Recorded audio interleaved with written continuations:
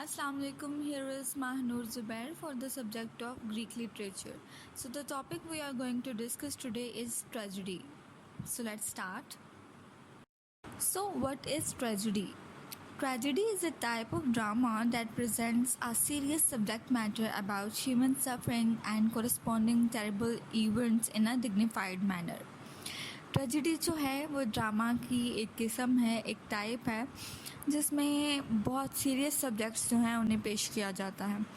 और वो serious subjects किस तरह से पेश किए जाते हैं, इंसान को उसकी सिचुएशंस को, उसकी सफरिंग्स को, उसकी तकलीफ़ को दिखाकर शो किया जाता है। और साथ ही साथ बहुत ख़ौफनाक किस्म के जो वाक़यात हैं और इंसान उन वाक़यात से या अपनी सफ़रिंग से किस तरह से गुज़रता है, कितनी तकलीफ़ उठाता है और क्या अंजाम होता है उसके साथ साथ। और ये सब जो करता है इंसान वो बहुत डिग्निफाइड मैनर में होता है, मतलब बहुत ही मुअज़्ज़ज़ तरीके से वो करता है और हमारी नज़रों में या ऑडियंस की नज़रों में, देखने वालों की नज़रों में उसकी कदर कीमत और ज़्यादा बढ़ जाती है। तो ट्रेजिडी जो है वो ड्रामा की एक टाइप है। Greek tragedy. Greek tragedy was a popular and influential form of drama performed in theaters across ancient Greece from the late 6th century BC. The most famous playwrights of the genre were Aeschylus, Sophocles, and Euripides, and many of their works were still performed centuries after their initial premiere. Late 6th century BC में ancient Greece में drama की जो सबसे popular और सबसे influential form थी वो Greek tragedy थी। मतलब ग्रीक ट्रेजिडी ड्रामा की वो फॉर्म थी जिसको ग्रीस में सबसे ज़्यादा थिएटर्स में परफॉर्म किया जाता था, जिस पर सबसे ज़्यादा तैयारी की जाती थी। और इनमें से सबसे फेमस प्ले राइट्स जो थे इस जनर के, इस लिखाई के अंदाज के, इस ड्रामा ट्रेजिडी ड्रामा के, वो थे एस्किलस था, सोफोक्लिस था और यूरोपस था। और इसके साथ साथ ही इनके बहुत सारे जो प्लेज़ हैं वो परफॉर्म होते रहे हैं, यहाँ तक कि उनकी जो प्लेज़ की जो पहली नुमाइश थी उसके बाद से सेंचुरीज़ गुजर जाने तक इनके जो ड्रामाज़ हैं वो थिएटर्स में परफॉर्म होते रहे हैं। एंशियन ग्रीक में इन प्लेस को किस तरह से परफॉर्म किया जाता था कि ओपन थिएटर्स होते थे, ओपन एयर थिएटर्स होते थे जहाँ पर ऑडियंस बैठा करती थी और सब लोग देखा करते थे और वहाँ पर इन ड्रामास को परफॉर्म किया जाता था। और जिस तरह से हम पहले लेक्चर में पढ़ चुके हैं कि डिनोसिस उनका जो एक खुदा था जिसे God of wine and fertility भी कहा जाता है, तो ये उस खुदा को ऑनर करने के लिए इन ड्रामास को तैयार करते थे, पहले बनाते थे, तैयार करते थे, कॉस्ट्यूम्स बाकायदा जो है वो तैयार होते थे और अपने इस खुदा को ऑनर करने के लिए, खुश करने के लिए उसके सामने या उस तरह से परफॉर्मेंस की जाती थी। और ट्रेजिडी का जो प्लॉट होता था वो किस चीज़ से इंस्पायर होता था? ग्रीक मिथोलॉजी से। ग्रीक्स की जो अपनी फैब्रिकेटेड स्टोरीज़ थी या जो भी स्टोरीज़ उनकी ट्रेडिशनल स्टोरीज़ जो चलती आ रही थी वो उनसे इंस्पायर होकर अपनी कहानियाँ या ड्रामास को लिखा करते थे और उन्हीं तरीक़ों से अपने ड्रामास को परफॉर्म किया करते थे थिएटर्स में। और हम जानते हैं कि ग्रीक मिथोलॉजी की अगर हम बात करें तो मिथोलॉजी हम पहले डिस्कस कर चुके हैं कि वो ट्रेडिशनल स्टोरीज़ होती हैं। तो ये ट्रेडिशनल स्टोरीज़ का जो सिलसिला है डेफिनेटली सीधा का सीधा ग्रीक रिलीजन से जाके मिलता है। तो ग्रीक्स अपने रिलीजन्स को वैसे ही बहुत फॉलो करते थे, अपने देवी और देवताओं को बहुत फॉलो किया करते थे। तो लिहाजा ये ड्रामाज जो हैं वो और ख़ूबसूरत और बेहतरीन तरीके से वो परफॉर्म करने की कोशिश करते थे, क्योंकि उन्हें लगता था कि ये ड्रामाज जो हैं या ये परफॉर्मेंस जो है उनके खुदा देखते हैं। और किस तरह से हीरोज़ को वो पेश करते थे, मतलब हीरोज़ के मिसफॉर्चून्स बताते थे, किस तरह से हीरोज़ सफ़र करते हैं और कितने डिग्निफाइड मैनर्स में वो टेरिबल इवेंट्स से गुज़रते हैं और कामयाब होते हैं। ये सारी चीज़ें उनकी हिस्ट्री में से आती हैं, उनके रिलीजियस में से हैं और उनकी मिथोलॉजी से ये इंस्पिरेशन लेकर ये ड्रामास जो हैं वो लिखे जाते थे और परफॉर्म किए जाते थे। And again the three prominent Greek dramatist were Aeschylus, Sophocles and Euripides. Aristotle's definition of tragedy. Aristotle defines tragedy in his famous work Poetics as tragedy is an imitation of an action that is admirable, complete, composed of an introduction, a middle part, and an ending, and possesses magnitude. In language made pleasurable, each of its species separated in different parts, performed by actors, not through narration, affecting through pity and fear the purification of such emotions. Aristotle के मुताबिक tragedy की definition क्या है? Aristotle ने अपनी famous book poetics में tragedy को किस तरह से डिफ़ाइन किया है कि ट्रेजेडी जो है वो इमिटेशन ऑफ एन एक्शन है, किसी एक्शन की कॉपी है, नकल है। इमिटेशन कहते हैं नकल करना।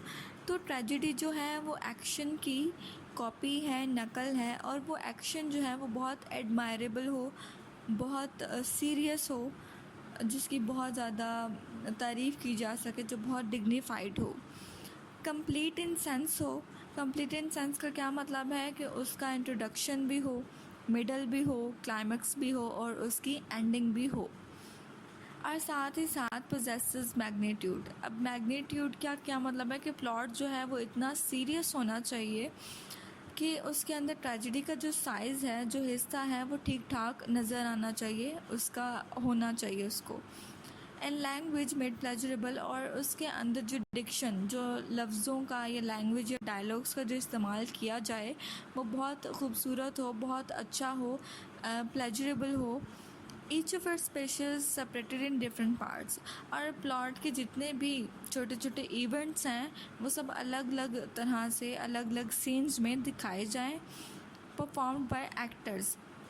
और उन सब इवेंट्स को कौन परफॉर्म करके दिखाएगा? एक्टर परफॉर्म करके दिखाएगा। वो ट्रैजिक हीरो, उस ड्रामा का जो मेन कैरेक्टर है, मेन हीरो है, वो उन एक्शंस को खुद परफॉर्म कर कर ऑडियंस को दिखाएगा।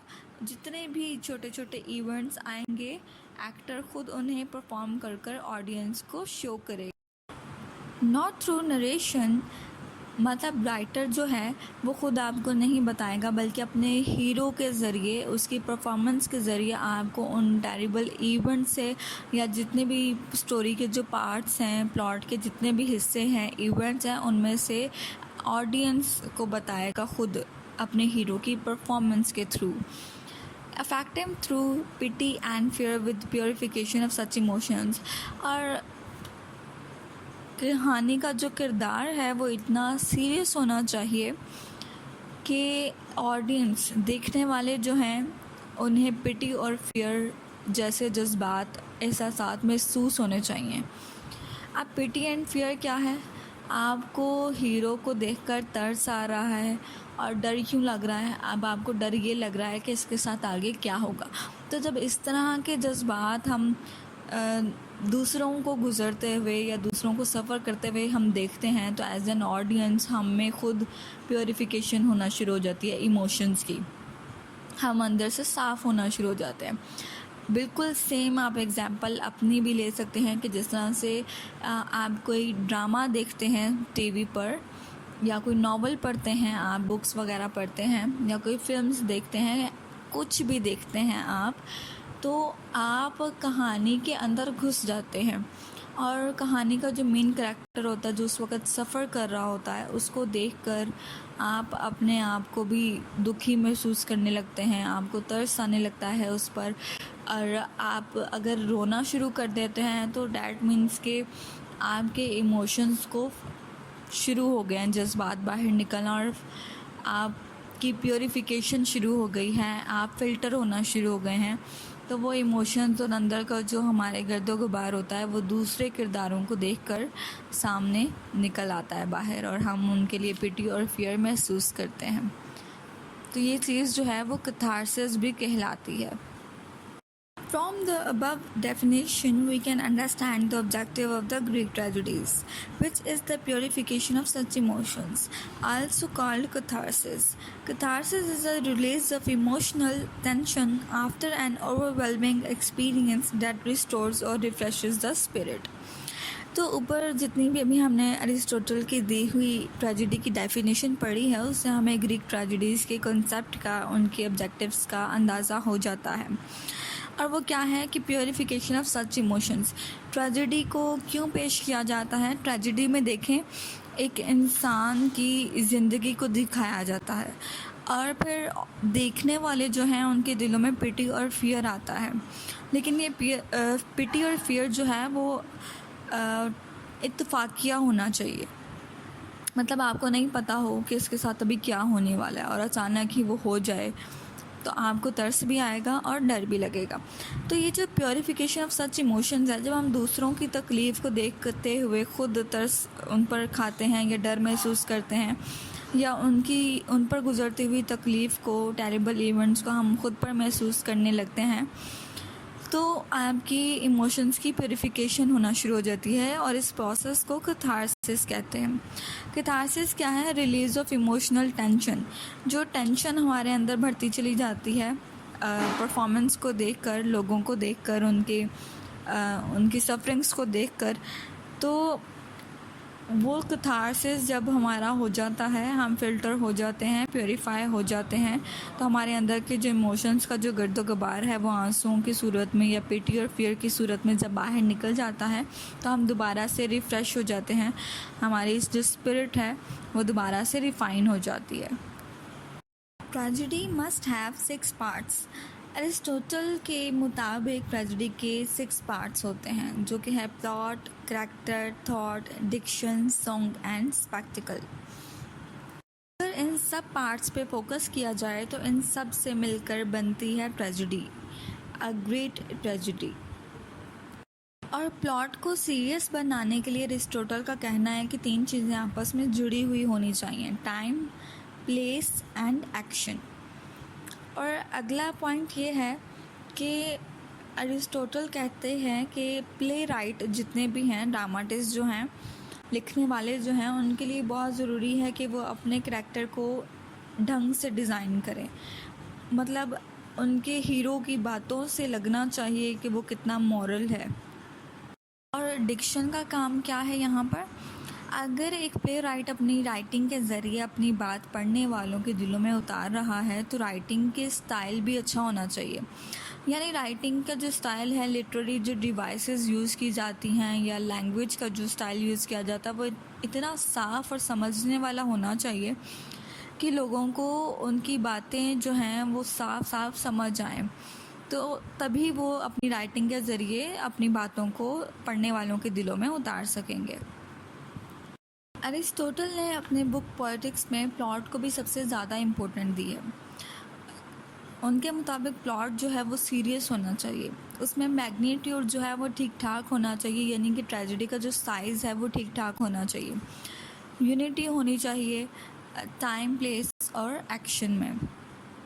और करैक्टर्स की क्या क्वालिटीज़ होनी चाहिए? तो सबसे पहले एक हीरो के अंदर, एक ट्रैजिक हीरो के अंदर क्वालिटी होनी चाहिए गुडनेस की, अच्छाई की क्वालिटी होनी चाहिए। और उस करैक्टर को प्रॉपर होना चाहिए, यानी जो चीज़ जिसके लिए है उसको वही काम करना चाहिए। जैसे किसी आदमी का करैक्टर है तो उससे एडवेंचरस, हेरोइक, बोल्ड, ब्रेव होना चाहिए, मतलब खून बहाकर रिवेंज लेने वाला होना चाहिए। तो ये जो सब क्वालिटीज़ हैं वो एक आदमी के करैक्टर पर ही सूट करती हैं। तो एक ट्रैजिक हीरो को भी ऐसा ही होना चाहिए। और इसके अलावा कंसिस्टेंसी होनी चाहिए करैक्टर के अंदर। अब कंसिस्टेंसी क्या है कि करैक्टर जो है वो आहिस्ता आहिस्ता स्टोरी में डेवलप कर रहा है, ख़ुद को बेहतर हो रहा है। मसलन अगर एक नेक आदमी है और अगर उस नेक आदमी के साथ कुछ गलत हो जाए, उसका डाउनफॉल होता है, तो वो ट्रेजेडी के लिए सूटेबल नहीं है, क्योंकि इसमें पिटी और फियर तो आएंगे ही नहीं, बल्कि ये चीज़ ज़्यादा शॉकिंग हो जाएगी ऑडियंस के लिए। लिहाजा किसी भी अच्छे किरदार के साथ सडनली बुरा नहीं कर देना चाहिए। उसको स्टोरी के साथ साथ अगर वो डेवलप हो रही है, स्टोरी इवेंट्स बढ़ते चले जा रहे हैं और आहिस्ता आहिस्ता वो अपने डाउनफॉल की तरफ जा रहा है, तब ऑडियंस के अंदर जो है पिटी और फियर का एहसास डेवलप होगा। और ये बात याद रखिएगा कि ट्रेजेडी का हीरो कभी भी कोई बुरा आदमी नहीं होता। ट्रेजेडी जो है वो इंसान को उससे भी ज़्यादा बेहतर तरीके से आपके सामने पेश करती है। मतलब एक इंसान जो है उसको और बेहतर कर और पॉलिश कर आपके सामने उस इंसान को पेश करती है। तो ट्रेजेडी का हीरो कभी भी कोई बुरा आदमी नहीं हो सकता, वो बुरा करैक्टर नहीं होता। ट्रेजेडी हमेशा उस इंसान को और खूबसूरत और शानदार और डिग्निफाइड बनाकर आपके सामने पेश करती है। और ट्रेजेडी ड्रामा के अंदर सॉन्ग यानी मेलोडी यानी कोरस की जो परफॉर्मेंस होती है वो बहुत ज़रूरी है, लाजमी है, वो भी ट्रेजेडी के पार्ट का एक हिस्सा है। और इसके साथ साथ स्पेक्टिकल मतलब स्पेशल इफ़ेक्ट्स देना, मतलब इवेंट्स को, सीन्स को और सजा धजा कर शानदार तरीके से पेश करना भी ट्रेजेडी ड्रामा का हिस्सा है। So how the Greek tragedies dramas were based on? These are some devices like theme and plot focused on a single theme and plot. अब ग्रीक ट्रेजेडीज़ में किस तरह से परफॉर्मेंस की जाती थी कि उनमें एक ही थीम और एक ही प्लॉट होता था। Character origins, great characters were mortals were equal to gods in their significance. और ग्रीक ट्रेजेडीज़ के जो हीरोज़ हुआ करते थे वो अहमियत के लिहाज से या क्वालिटीज़ के लिहाज से अपने देवताओं से मिलते जुलते थे, उनमें वो क्वालिटीज़ हुआ करती थी। And yes they were mortals.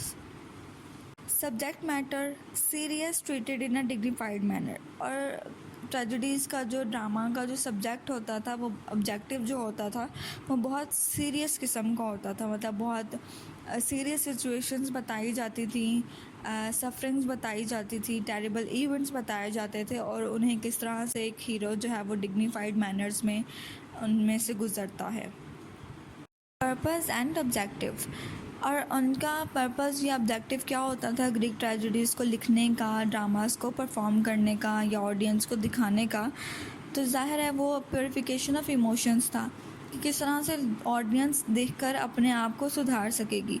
देखें, जब आपको दूसरों की सफरिंग्स को दिखाया जाता है, उनके पर गुजरने वाले हालात वाक़यात आपको दिखाए जाते हैं तो डेफ़िनेटली आपके इमोशंस की प्योरिफिकेशन हो जाती है।